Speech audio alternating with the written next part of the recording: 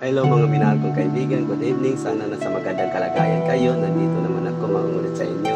Magdasal tayo ha. Maraming salamat sa ngalan sa Ama at sa Anak at sa Espiritu Santo. Amen. Ama namin na banal na makapangyarihan sa lahat, nandito kami ngayon humihingi ng kapatawaran. Kasama ko ngayon ang aking mga kaibigan at yung nakakita sa video na to, lalo na sa mga pamilya namin, sa bawat isa. Panginoon, huwag mo kaming pababayaan sa oras at sa mga minuto, lagi mo kaming gabayan. Tulungan mo po kaming makapagdulot ng aliw at ginhawa sa mga may sakit at sa mga nalalapit ng sumakabilang buhay. Makapagbigay ng pag-asa sa mga duga at walang hanap buhay. Mapaghilom ng sugat ng mga pusong wasak, makiisa sa pagkakilos ng mga inaapi at pati na din ang mga taong naliligaw ng landas.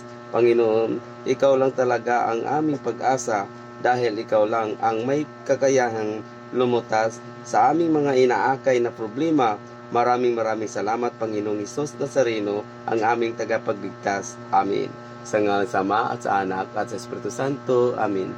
Babay mga minahal kong kaibigan. Good night. Salamat.